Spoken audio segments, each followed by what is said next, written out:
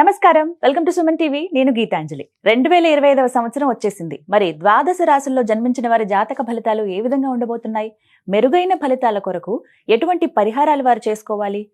మంచిగా ఉన్న రాశులు ఏవి, అంటే మంచి ఫలితాలను ఇచ్చేటువంటి రాశులు ఏ ఉన్నాయి, అలాగే చెడు ఫలితాలు ఏ రాశులు వారు అందుకోబోతున్నారు, ఈ వివరాలన్నీ ఇవాళ వీడియోలో నేను మీకు వివరిస్తాను. వివరించేందుకు ప్రస్తుతం మనతో పాటు ఉన్నారు ప్రముఖ జ్యోతిషులు బ్రహ్మశ్రీ నందిబట్ల శ్రీహర శర్మ గురువు గారు. వారితో మాట్లాడదాం. గురుగారు నమస్కారం అండి. వాగర్థ వివ సంపృక్తౌ వాగర్థ ప్రతిపత్తయే జగతః పితరౌ వందే పార్వతీ పరమేశ్వరౌ. సదాశివ సమారంభాం శంకరాచార్య మధ్యమాం అస్మదాచార్య పర్యంతం వందే గురు పరంపరాం. ఆదిత్యాయ చ సోమాయ మంగళాయ బుధాయ చ గురు శుక్ర శనిభ్యశ్చ రాహవే కేతవే నమః. శృంగేరి జగద్గురు పీఠాధిపతులకి, కంచి పీఠాధిపతులకి నమస్కారములు తెలియచేసుకుంటూ కార్యక్రమాన్ని ప్రారంభిద్దాం. వీక్షించేటువంటి సుమన్ టీవీ ప్రేక్షకులకి గమనిక, ఇప్పుడు మనం చెప్పుకోబోయేటువంటి రాశిఫలాలు ఏవైతే ఉన్నాయో అవన్నీ కూడా ఆంగ్ల నూతన సంవత్సర గమనాన్ని దృష్టిలో పెట్టుకొని జనవరి 1వ తారీఖు నుంచి డిసెంబర్ 31వ తారీఖు వరకు మాత్రమే ఉన్నటువంటి గ్రహాల స్థితిగతులను బట్టి వివిధ రాశుల వారికి ఏ విధంగా ఉండబోతుందో తెలుసుకుందాం. మనకు సాంప్రదాయానుసారంగా వచ్చేటువంటి ఉగాది నుంచి ప్రారంభమయ్యే రాశి ఫలితాలని, అనగా వచ్చే విశ్వావసునామ సంవత్సరానికి సంబంధించి ఉగాది ప్రారంభమయ్యడానికి అంటే ముందుగా మళ్ళీ ఆ యొక్క ఉగాది సందర్భంగా మళ్ళీ వివిధ రాశుల వారికి సంబంధించి రాశుల ఫలితాలు ఇవ్వడానికి ప్రయత్నం చేస్తాను. కాబట్టి ఇటువంటి దాంట్లో ప్రపంచమంతా అంగీకరిస్తున్నటువంటిది 2025 నూతన సంవత్సరం. అదేవిధంగా మనము కూడా ఆంగ్ల నూతన సంవత్సరం అనేటువంటి భావనతో ఈ యొక్క కార్యక్రమం చేస్తున్నాం. అదే ఉగాది నాడైతే మార్చి 29వ తారీఖు నుంచి మళ్ళీ 2026, 28 వరకు ఉండేటువంటి గమనం వరకు ఉండేది చెప్పేటువంటిది. అవి మనం మరియు వీడియోలో తెలియజేసుకుందాం.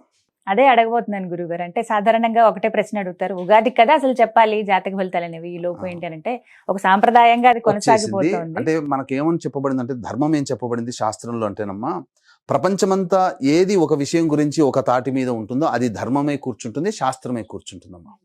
ఇక మరి ద్వాదశ రాశులు వారి జాతక ఫలితాలు తెలుసుకుందాం. ముందుగా గ్రహస్థితులు ఏ విధంగా ఉన్నాయో తెలియచేస్తారా? జనవరి 1, 2025 నుంచి. ఇక గ్రహస్థితిలోకి గనక గమనించుకున్నట్లయితే ముఖ్యంగా గురువు 9th మే వరకు కూడాను ఈ వృషభ రాశిలో సంచారం చేస్తున్నాడు. 9th మే నుంచి మిథున రాశిలోకి సంచారం, 9th మే నుంచి సెప్టెంబర్ 27వ తారీఖు వరకు. ఇక సెప్టెంబర్ 28 నుంచి నవంబర్ 11వ తారీఖు వరకు కర్కాటక రాశిలో. ఇక నవంబర్ 12వ తారీఖు నుంచి డిసెంబర్ 28 వరకు కర్కాటక రాశిలోనే వక్రీకరించే స్థితి పొంది ఉండడం. ఇక శని భగవాన్ల వారిని కనుక చూసుకున్నట్లయితే 15 ఏప్రిల్ వరకు కుంభరాశిలో సంచారం చేస్తున్నారు. 16 ఏప్రిల్ నుంచి అక్టోబర్ 9వ తారీఖు వరకు మీనరాశిలో సంచారం. ఈ మధ్య కాలంలో జూలై 8వ తారీఖు నుంచి వక్రీకరించి మీనరాశిలోనే సంచారం చేస్తున్నాడు. అలాగే అక్టోబర్ 10వ తారీఖు నుంచి కుంభరాశిలో సంచారం చేస్తూ వక్రీకరించి కుంభరాశిలో, నవంబర్ 26వ తారీఖు నుంచి వక్రత్యాగము శని భగవాన్ల వారు చేస్తున్నారు. ఇక రాహుకేతులు కనుక చూసుకున్నట్లయితే 15 మే వరకు కేతువు కన్యలో మరియు రాహువు మీనరాశిలోకి, అలాగే 16 మే నుంచి సింహరాశిలో కేతువు, అలాగే కుంభరాశిలో 16 మే నుంచి రాహుగ్రహ సంచారం జరుగుతుంది. ఇక్కడ గమనించుకున్నట్లయితే ఇక్కడ వీక్షించేటువంటి ప్రేక్షకులకు అందరికీ తెలియజేయాల్సినటువంటిది అంశం ఏంటంటే, ముఖ్యంగా అందరూ ఈ ద్వాదశ రాశుల గురించి రాగానే అందరూ ఆలోచించేటువంటిది ముఖ్యంగా శని దోషం. ఏలినాడు శని, అష్టమ శని, అర్ధాష్టమ శని, కంటక శని, యోగ శని, ఈ శని దోషాలు. అయితే ఇక్కడ 15 ఏప్రిల్ వరకు శని కుంభరాశిలో సంచారం చేస్తూ 16 ఏప్రిల్ నుంచి మీనరాశిలోకి సంచారం చేస్తున్నా, ఈ యొక్క జూలై 8 నుంచి మీనరాశిలోనే సంచారం చేస్తూ వక్రీకరించినటువంటి కారణం చేత మళ్ళీ ఈ కుంభరాశి ఫలితాన్ని ఇస్తాడు. అక్టోబర్ 10న కుంభరాశిలోనే వక్రీకరించి ఉన్నటువంటి స్థితిగతుల చేత ఏమవుతుంది, మళ్ళీ మకర రాశి ఫలితాన్ని శని భగవానులు ఇస్తారు. కాబట్టి అర్థం చేసుకోవాల్సినటువంటి అంశం ఏంటంటే, ఎవరికి కూడాను ఈ సంవత్సరం శని భగవానుడు యోగదాయకంగా పూర్తిగా లేడు. 12 రాశుల వారికి అష్టమ శని, అర్ధాష్టమ శని, కంటక శని, యోగ శని, దాంపత్య శని, ఈ రాశుల ఈ యొక్క శని దోషాలు ఏదో ఒక సందర్భంలో కొన్ని నెలల పాటు అందరూ రాశుల వారు అనుభవించాల్సిందే తప్ప ఇక్కడ ప్రత్యామ్నాయము లేదు. కాబట్టి ఇక కుంభరాశి వారికి ఏలినాటి శని వెళ్ళిపోతుందని సంతోషం కానీ, ఈ యొక్క సంబంధించి మకర రాశి వారికి ఏలినాటి శని వెళ్ళిపోతుందని సంతోషం కానీ, లేకపోతే కర్కాటక రాశి వారికి అష్టమ శని దోషం పోతుందని కానీ భావించాల్సిన అవసరం లేదు. వృశ్చిక రాశి వారికి అర్ధాష్టమ శని దోషం పోతుందని కూడా భావించాల్సిన అవసరం లేదు. ఎందుకంటే శని మళ్ళీ రుజుమార్గంలో వెళ్ళి మళ్ళీ వక్ర మార్గం చేత వక్రగతిన సంచారం చేస్తున్న కారణం చేత 12 రాశులు శని ప్రభావానికి గురవుతాయి. కాబట్టి ఈ సంవత్సరం అన్ని రాశుల వారు శని దోష పరిహారములు ఖచ్చితంగా చేసుకోవలసినదే, అందులో సందేహం లేదు. గ్రహస్థితులు ఎలా ఉన్నాయో తెలియచేశారు. మరి మకర రాశి వారి జాతక ఫలితాలు తెలుసుకోవాలనుకుంటున్నాం గురువుగారు. ఏ రంగం వారికి బాగుంటుంది, అసలు ఈ సంవత్సరం ఎలా ఉండబోతోంది, స్త్రీ పురుషులకు కావచ్చు, అలాగే విద్యార్థులు కానీ, ఉద్యోగ వ్యాపారాలు చేసేవాళ్ళు కానీ, వివిధ రంగాల్లో స్థిరపడిన వాళ్ళకి ఎలా ఉండబోతోంది? జనవరి 1వ తారీఖు నుంచి డిసెంబర్ 31వ తారీఖు వరకు మకర రాశి వారికి మంచి చెడు ఏ విధంగా ఉండబోతుంది అనే విషయాల గురించి తెలియజేసుకుందాం. ముందుగా గురువు గారి దగ్గరికి వద్దాం. ఇక గురువు గారు అనగా గురుగ్రహము మే 9వ తారీఖు వరకు వృషభ రాశిలో సంచారం చేస్తుంటారు. అయితే ప్రధానంగా గమనించుకున్నట్లయితే మార్చి 30 వరకు వక్రీకరించిన స్థితి కారణం చేత చతుర్థ భావ ఫలితాలు, తర్వాత పంచమ భావ ఫలితం. ఇక మే 9 నుంచి సెప్టెంబర్ 27 వరకు మిథున రాశిలో సంచారం చేస్తున్నటువంటి ఈ కారణం చేత ఈ రాశిలో జన్మించినటువంటి అన్ని రంగాలలో ఉన్నటువంటి వాళ్ళకి, ఉద్యోగస్తులు, వ్యాపారస్తులు, అలాగే కులవృత్తులో ఉన్నటువంటి అందరికీ కూడాను ధనపరమైనటువంటి కష్టములు వస్తాయి.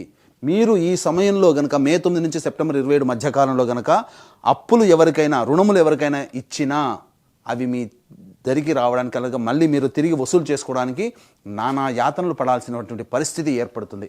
ఇక సెప్టెంబర్ 25 నుంచి నవంబర్ 11వ తారీఖు వరకు కర్కాటకంలో గురు సంచారం. ఇది చాలా అనుకూలమైనటువంటి సమయం.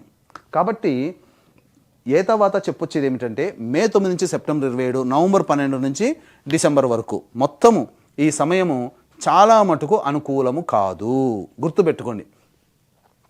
మే, జూన్, జూలై, ఆగస్టు, సెప్టెంబర్, మళ్ళీ నవంబర్ 12 నుంచి డిసెంబర్ 28, అంటే దాదాపుగా ఈ సంబంధించినటువంటిది చూసుకుంటే ప్రధానంగా 45 రోజులు, అటు 5 నెలలు, మొత్తం 6 రోజులు. ఇక మళ్ళీ మొదటి 3 నెలలు అనగా 9 నెలల వరకు కూడా, 6 నెలల వరకు సామాన్యం, అసలు పనికిరాదు, అసలు గురువు అనుకూలంగా లేడు. కానీ మొదటి 3 నెలలు జనవరి, ఫిబ్రవరి, మార్చి వరకు గురువు సామాన్యంగా యోగిస్తాడు. మధ్యలో 1 నెల 9 రోజులు, మళ్ళీ సెప్టెంబర్ 25 నుంచి నవంబర్ 11, కాబట్టి అదొక 45 రోజులు. వెరసి చూసుకుంటే ఒక 3 నెలలు మాత్రం అనుకూలంగా ఉంటాడు మకర రాశిలో జన్మించినటువంటి వారికి. మిగతా 9 నెలలు గురువు అనుకూలంగా లేడు. ఇక శని భగవానుల వారిని చూసుకుందాం.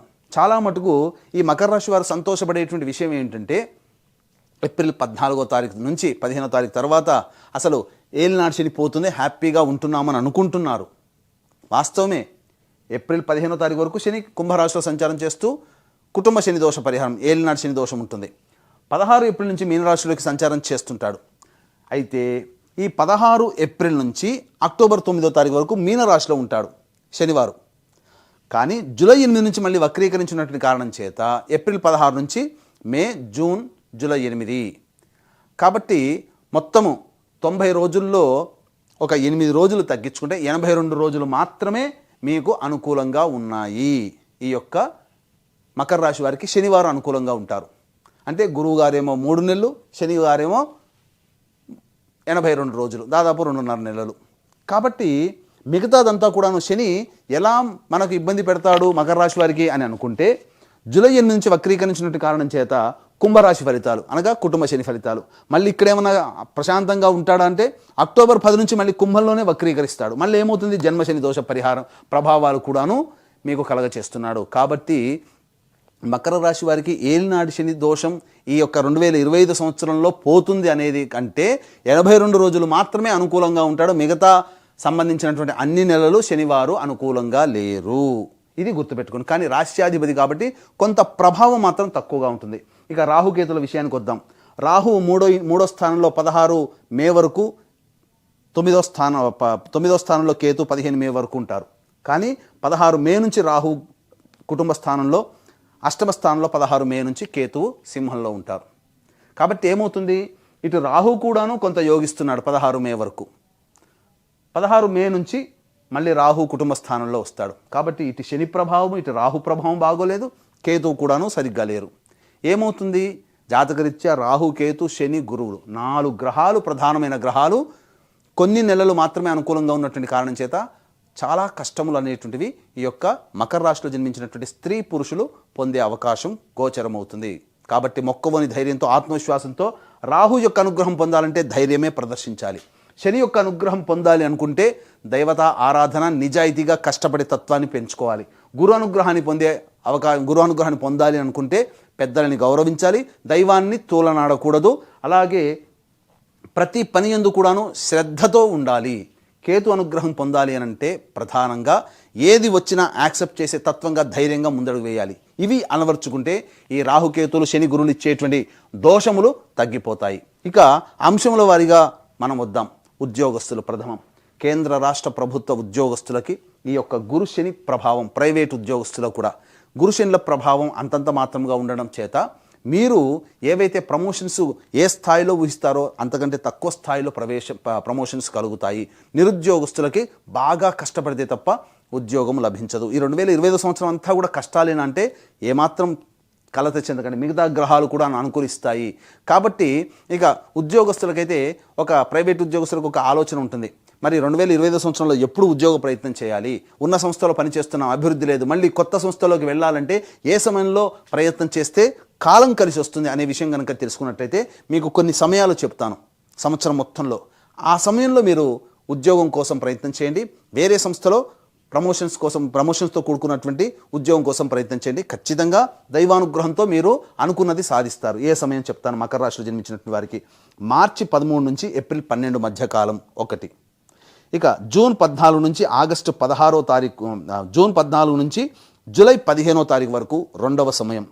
ఇక అక్టోబర్ 16 నుంచి డిసెంబర్ 15వ తారీఖు వరకు మూడవ సమయం. ఈ 3 సమయాల్లో గనక ప్రైవేట్ ఉద్యోగస్తులు ప్రయత్నం చేస్తే ఉద్యోగం రాని వాళ్ళకి ఉద్యోగం, కొత్త ఉద్యోగం కొత్త సంస్థలో ప్రయత్నం చేసే వాళ్ళకి కొత్త ఉద్యోగం లభించి తీరుతుంది. ఇక ఉద్యోగస్తులకు సంబంధించిన సెక్షన్ అయిపోయింది కదండి. తర్వాత రాజకీయ రంగంలోకి వారికి వద్దాం. ఈ యొక్క మకర రాశిలో జన్మించినటువంటి రాజకీయ రంగంలో పనిచేసేటువంటి వాళ్ళు ఎవరికైనా కానీ పెద్దల ఆశీర్వచనమే ఉంటుంది తప్ప ప్రజల ఆదరణ అంతంత మాత్రమే. డబ్బులు బాగా ఖర్చు అవుతాయి. మీతో పాటు తిరిగి మీ పక్కన ఉన్న వాళ్ళే మీపై పోటీ చేసే అవకాశాలు ఈ యొక్క మకర రాశిలో జన్మించినటువంటి వారికి ఉండబోతుంది. కాబట్టి జాగ్రత్తలు పడండి. శత్రువుల పట్ల అప్రమత్తతతో ఉండండి. కాబట్టి ఎక్కువగా డబ్బులు ఖర్చు పెట్టి ఏదో సాధిస్తాము అనేటంటే డబ్బు ఖర్చు అవుతుంది తప్ప ప్రయోజనం అనేటువంటిది ఉండదు. కానీ పెద్దల దృష్టిలో మీకు మంచి స్థానం అనేటువంటిది నిలుపుకుంటారని చెప్పవచ్చు. ఇక ఈ యొక్క రాజకీయ రంగంలో వారిది అయిపోయింది. ఇక సినీ రంగము, కళారంగంలో పనిచేసేటువంటి వాళ్ళు సినీ రంగంలో TV serials, social media, electronic and printing media, అలాగే నాట్యము, నాటకాలు, అలాగే ఈ సంబంధించినటువంటి సంగీతము, సాహిత్యము, ఇటువంటి వీటన్నిటిలో ఉన్నటువంటి వాళ్ళకందరికీ కూడాను సాధారణమైనటువంటి ఫలితములు అనేటువంటివి ఉంటాయి. ప్రయోజనంతో కూడుకున్నటువంటి ప్రాజెక్టులు మీరు సైన్ చేస్తారు. కాకపోతే మీరు ఊహించినటువంటి ఆదాయము ఉండదు, కానీ ప్రజాదరణ మాత్రం ఉంటుంది. మీ కష్టానికి తగ్గ ప్రతిఫలం ఉంటుంది. అన్ని విధాలుగా యోగదాయకంగా ఉంటుంది.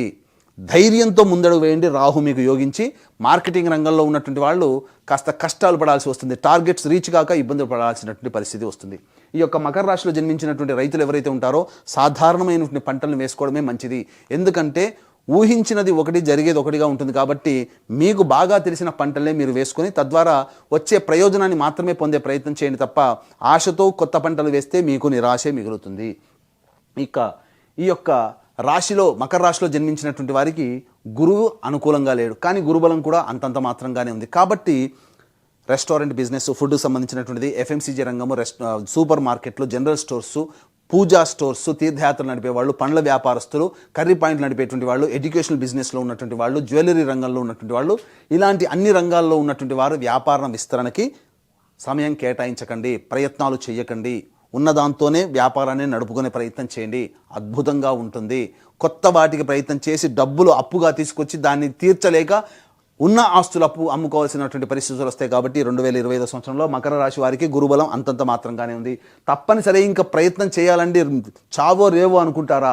సెప్టెంబర్ 28 నుంచి నవంబర్ 11వ తారీఖు మధ్యకాలము మరియు ఏప్రిల్ 1వ తారీఖు నుంచి మే 9వ తారీఖు ఉన్నటువంటి మధ్యకాలం మాత్రమే మీకు అనుకూలంగా ఉంటుంది.